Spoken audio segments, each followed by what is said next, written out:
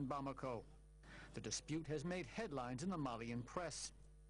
The country's military is refusing all suggestion that ECOWAS troops assist them in restoring order in the troubled north.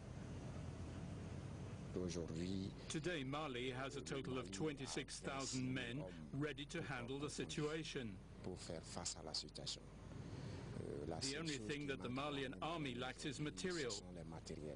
That's why it has requested logistical support from ECOWAS and the international community.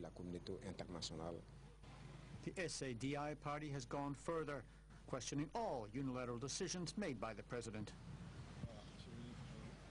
The request made by the interim president is one that touches on the sovereignty of the people. As such, we want this decision to be submitted to a national consultation. People are growing frustrated over the inability of the government to settle the question. Given the situation we're in, I cannot understand why they are challenging the president's decision. We agree, but we don't understand why these people at the top cannot reach an agreement. Over the last 5 months, northern Mali has been under the control of Islamists intent on imposing Sharia across the entire country. These groups have destroyed cultural sites and terrorized the population. Well, for President Barack Obama, the quest for a new term brought fresh promises. CNN's Dana Bash has highlights of the the National Democratic Convention's final moments. Barack Obama accepted his party's nomination with the kind of soaring rhetoric that got him elected 4 years ago, except hope and change were replaced by a reality check. I recognize that times have changed since I first spoke to this convention. Times have changed, and so have I. I'm no longer just a candidate. I'm the president. Yes, we can. Now, a plea for patience. America, I never said this journey would be easy, and I won't promise that now. Yes, our path is harder, but it leads to a better place. Yes, our road is longer, but we travel it together. We don't turn back. We leave no one behind. But he's still sprinkled in that familiar Obama oratory. Our problems can be solved. Our challenges can be met. The path we offer may be harder, but it leads to a better place, and I'm asking you to choose that future. The Obama campaign ripped into Mitt Romney for not offering enough specifics at his acceptance speech last week. The president took that a step further. They want your vote, but they don't want you to know their plan. And that's because all they have to offer is the same prescriptions they've had for the last 30 years. Have a surplus? Try a tax cut. Deficit too high? Try another. Feel a cold coming on? Take 2 tax cuts, roll back some regulations, and call us in the morning. He offered new promises for a second term. I'm asking you to rally around a set of goals for your country. Goals in manufacturing, energy, education, national security, and the deficit. Some specifics: a vow to create 1 million new manufacturing jobs, cut growth of college tuition in half over the next 10 years, and cut oil imports in half by 2020. Vice President Joe Biden took on the role of eyewitness to the president while he made tough decisions. Ladies and gentlemen, I'm here to tell you what I think you already know, but I watch it up close. Bravery resides in the heart of Barack Obama, and time again, I witnessed him summon it. This man has courage in his soul, compassion in his heart, and a spine of steel. And Biden delivered the bumper sticker line he loves.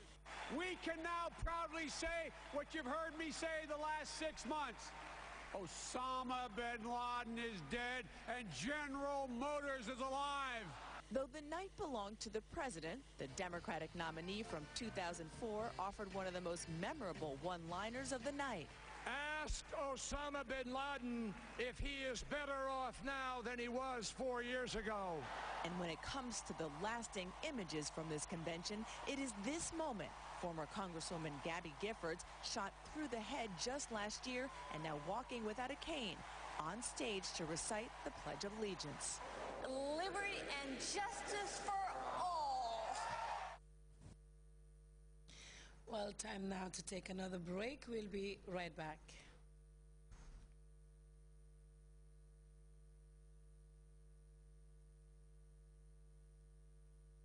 Motorbikes, laptops, t-shirts, wristbands, and lots of free drinks is back again.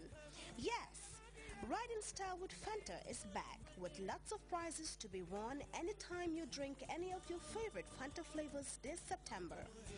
Let's hear what some of last week's winners have to say. Fanta di nan rek. Esi bala jata kende asoto je, o kola isi nyinganye fengo fanan soto je. Keep drinking Fanta and you will have the chance of winning any of our exciting prizes.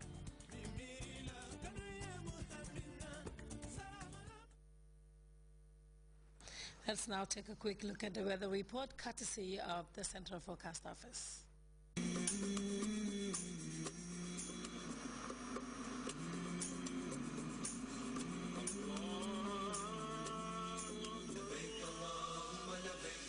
Oh yes, you can drive your way there with the Elton to Mecca Jafale Kafo promo. The Hajj is possible. Stay loyal or become a member of the Elton Jafale Kafo today and enjoy the double take. Because every time you fill your tank at any of our Elton stations, you get a chance to be in our monthly raffle draw.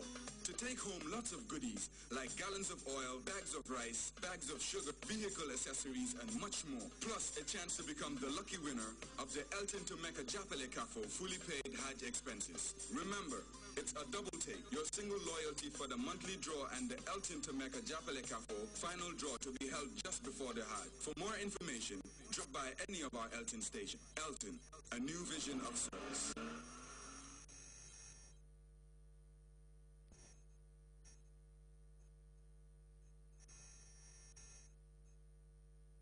Hello there, wonderful viewers. Welcome to the weather segment. We begin with the summary. We experience a variably cloudy atmosphere with rain and thunderstorm over most parts of the country. Figures recorded are as follows. Genoa recorded the highest with 126.9 millimeters, Basse 40.9 millimeters, Kawu recorded 35.1, Sapo 30.2 millimeters, Janjamburi recorded 22.4 millimeters, Yundum 21.6, Karawan recorded 17.8, Fatoto 13.8, and Banju recorded the least with 8.6 millimeters. We now take a look at the satellite image indicating the presence of thunderclouds over Gulf of Guinea states, the central and the eastern part. There is also a cell over northern Senegal which will persist in the next 24 hours. For the forecast tonight, we'll be expecting rain and thunderstorms to prevail over the entire country onwards morning, whilst the day tomorrow, we'll be expecting a mostly cloudy atmosphere to prevail over the entire country, with rain and or thunderstorm to prevail during the period. Light to moderate westerly breeze will dominate the flow over the entire country tonight, becoming cyclonic by tomorrow morning. Morning temperatures will vary between 22 and 24 degrees Celsius, whilst afternoon temperatures will vary between 29 and 31 degrees Celsius. For those going to sea, we'll be expecting a low tide of 0.67 meters at 8:37 a.m. and also 0.66 meters at 8:57 p.m. For the high tides, we'll be expecting 1.27 meters at 2:27 a.m. and also 1.26 meters at 2:42 p.m. Wave heights will vary between 2 to 3 meters high, and there will be mainly northwesterly swells. The sun will rise at 06:52 and will set at 19:13. Thanks for watching and do have a wonderful weekend. Well, thank you, Hadi. Before we go, reminder of our headlines. Elders from the capital city have appealed for clemency on behalf of the remaining death row inmates. 3 new members of the Judicial Service Commission have sworn to do their duties as prescribed by law. President Barack Obama has lashed out at his Republican challenger over remarks he made about Great Britain before the Olympics. And head of Guinea's Electoral Commission has resigned after weathering a storm of criticism, but pundits say the long-delayed parliamentary election is still a long way off. You can monitor